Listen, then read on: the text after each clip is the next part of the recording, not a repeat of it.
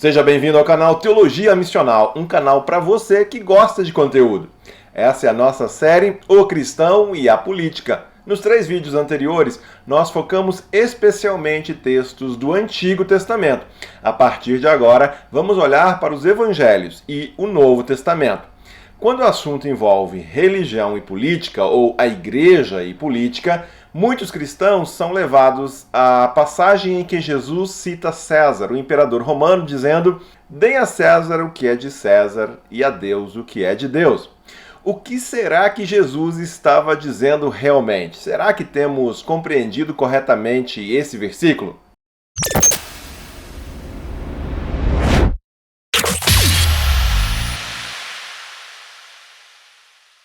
Como sabemos, o mundo sempre viu a ascensão de grandes impérios mundiais. Na história, depois do Império Grego, veio o Império Romano. Assim, a narrativa do Novo Testamento e a vida de Jesus se dão nesse contexto de dominação romana sobre a Palestina. No caso do Império Romano, o líder maior não era chamado de rei, mas de César Augustus.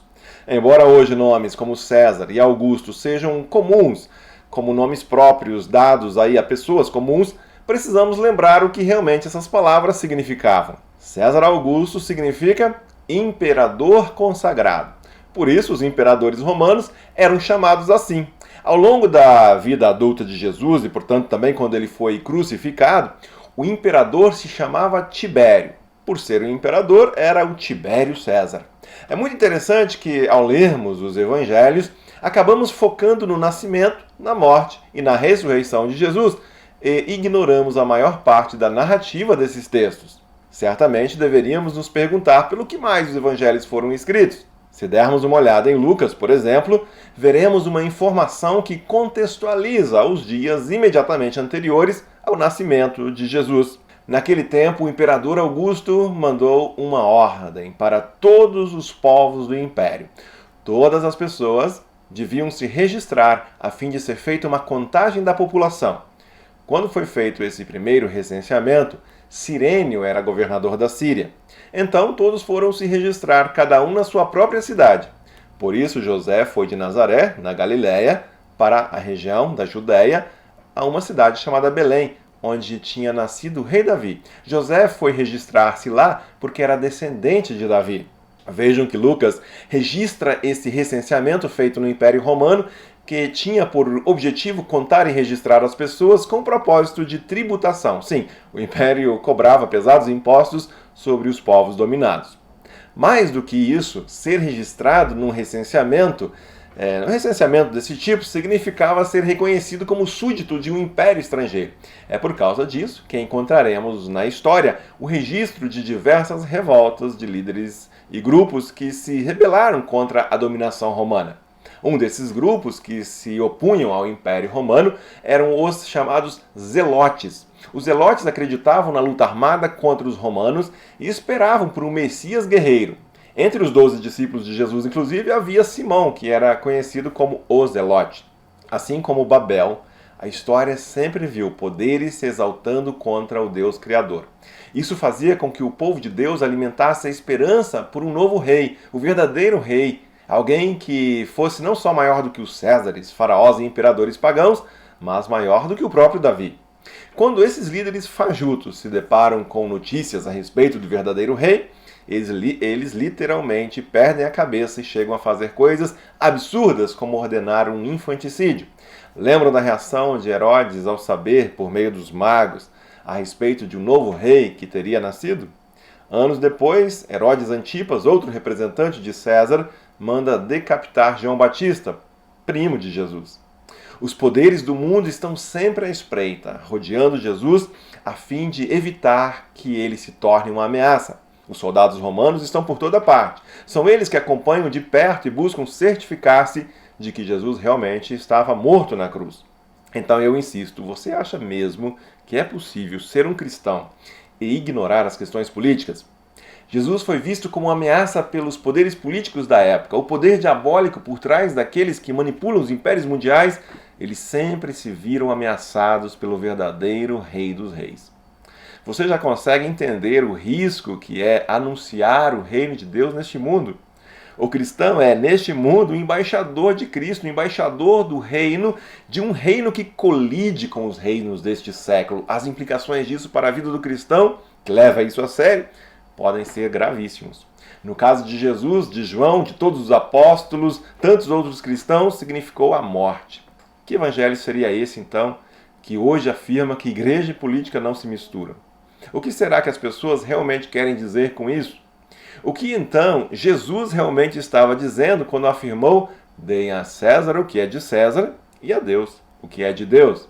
Sempre que os fariseus vinham com alguma questão, com alguma pergunta até Jesus, a intenção não era obter resposta para algum dilema honesto. O que eles queriam mesmo é colocar Jesus à prova e assim terem um motivo a mais para acusá-lo. Este é, portanto, também o contexto aqui, quando chegam a Jesus com a pergunta: é ou não é contra a nossa lei pagar impostos ao imperador romano?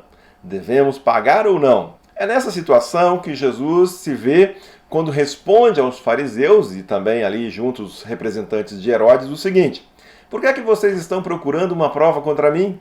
Traga uma moeda para eu ver. Eles trouxeram e Jesus então respondeu, perguntou para eles, aliás: de quem são o nome e a cara que estão gravados nessa moeda? E eles responderam: são do imperador. Então Jesus disse: deem ao imperador o que é do imperador e deem a Deus o que é de Deus. A frase ou o enigma tão repetido aqui é: deem a César o que é de César e a Deus o que é de Deus. E essa frase, nos últimos séculos, vem sendo interpretada anacronicamente, como se Jesus estivesse se referindo nos termos das teorias modernas sobre a relação igreja e Estado. Em casos mais populares, especialmente na boca de cristãos, uma fórmula para dizer que não devemos nos preocupar com a política como se isso não nos dissesse respeito. E assim, tanto os religiosos quanto os ocidentais secularizados acabam se fundamentando nesse texto para defender que as esferas religiosa e política devem ser mantidas totalmente separadas. Mas será mesmo que era algo assim que Jesus tinha em mente? Vejam bem, Jesus não diz o que diz de forma aleatória. Ele está respondendo a uma pergunta que foi feita a ele. Como o Messias, Jesus é o líder de um movimento que anuncia um novo reino, o reino de Deus. Imagina que algo assim significa numa época daquelas, quando tudo estava sob o domínio do Império Romano. Significa que Jesus poderia ser visto como uma ameaça, um líder de um movimento que prega independência política a um povo, uma região, uma etnia. Falar em independência naquele contexto, portanto, significava não estar mais sob o domínio, a influência de César.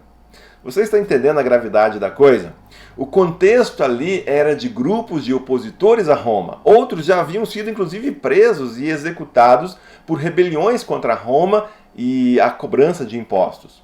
Esta é, inclusive, uma das acusações que depois tentariam levantar contra Jesus para justificar a sua prisão diante de Pilatos. Encontramos este homem subvertendo a nossa nação. Ele proíbe o pagamento de impostos a César e se declara ele próprio o Cristo, um rei. O clima era de constante tensão. Muitos judeus esperavam exatamente isso, que Jesus desse o seu apoio a esses revolucionários, a esses movimentos que desejavam tomar de volta o poder, instaurando assim uma monarquia independente. E o que aconteceria se Jesus fizesse isso? Seria um prato cheio para seus opositores, que teriam motivos claros para prendê-lo e o condenarem. Para que nós possamos compreender bem a resposta de Jesus, nós precisamos nos lembrar aqui de duas coisas fundamentais nesse contexto. Uma delas é a maneira como os imperadores reivindicavam lealdade total. Eles se viam como verdadeiros deuses, reivindicavam uma lealdade completa. Outro aspecto diz respeito aos judeus. O que diz o mandamento revelado a Moisés, lá no Antigo Testamento, a respeito da imagem de Deus? Os mandamentos proibiam que se fizesse e que se adorasse imagens. Poderíamos pensar que Jesus estava fazendo uma dura crítica aos líderes religiosos que se apegavam àquele objeto, no caso uma moeda, que ostentava uma imagem humana. A imagem de alguém que se declarava não apenas César, um imperador, mas o próprio Filho de Deus. Mas existe algo mais profundo em jogo aqui. Ao proibir que se fizesse imagem, lembremos também que Deus criou o ser humano à sua imagem, ou seja, Proibir que se faça imagem de Deus consiste em reconhecer e aceitar que essa imagem já existe, ou seja, nós mesmos somos a imagem de Deus neste mundo. O que Jesus está dizendo então ao dizer a César o que é de César e a Deus o que é de Deus é o seguinte: paguem a César a sua própria moeda, deem a ele aquilo que lhe pertence, que é essa moeda aí, esse pedaço de metal. Agora, a sua devoção, a sua adoração, o seu coração entreguem a Deus, pois é a imagem de Deus que vocês carregam. Deus, cuja imagem vocês carregam, deseja receber aquilo que lhe é devido. A questão de César, seu poder, seu império e suas moedas, nada disso tem significado em termos do verdadeiro reino que Jesus está inaugurando. Mas vejam, Jesus não está simplesmente se referindo a algum outro reino que seja totalmente separado de César. Não, o reino de Deus também diz respeito a este mundo e a César. E Jesus também não está se identificando com nenhuma revolução armada, violenta e que entrará em confronto imediato, corpo a corpo, com César e o seu exército. Dai a César o que é de César. Não há nenhum problema em pagar os seus impostos a César. Sua devoção, porém, deve pertencer a Deus, pois Deus é o único e verdadeiro Senhor sobre todas as coisas. E no fim da história é Jesus, e não César, quem estará ocupando o trono à direita de Deus. Jesus, portanto, não é alguém que surge apenas para se tornar um César ou um rei de um império qualquer, limitado temporal e geograficamente. Seu reino está acima dos Césares e imperadores deste mundo. Os líderes políticos que se levantam de forma tirana no mundo não passam de marionetes nas mãos de Satanás, a fim de fazer aquilo que o diabo sempre procurou fazer contra Deus.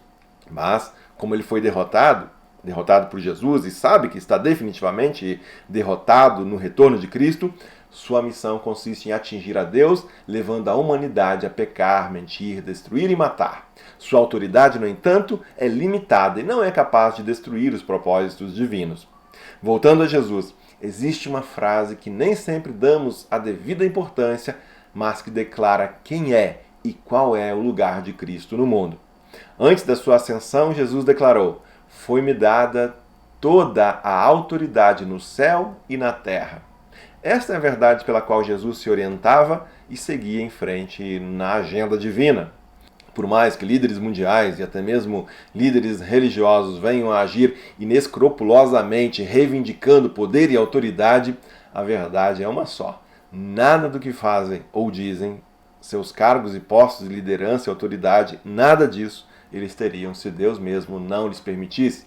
Jesus deixou isso muito claro quando foi levado para ser acusado diante de Pilatos, um governador lá a serviço do Império Romano. Aparentemente irritado diante da pressão, da acusação dos judeus e também com o silêncio de Jesus, Pilatos questiona: você se nega a falar comigo?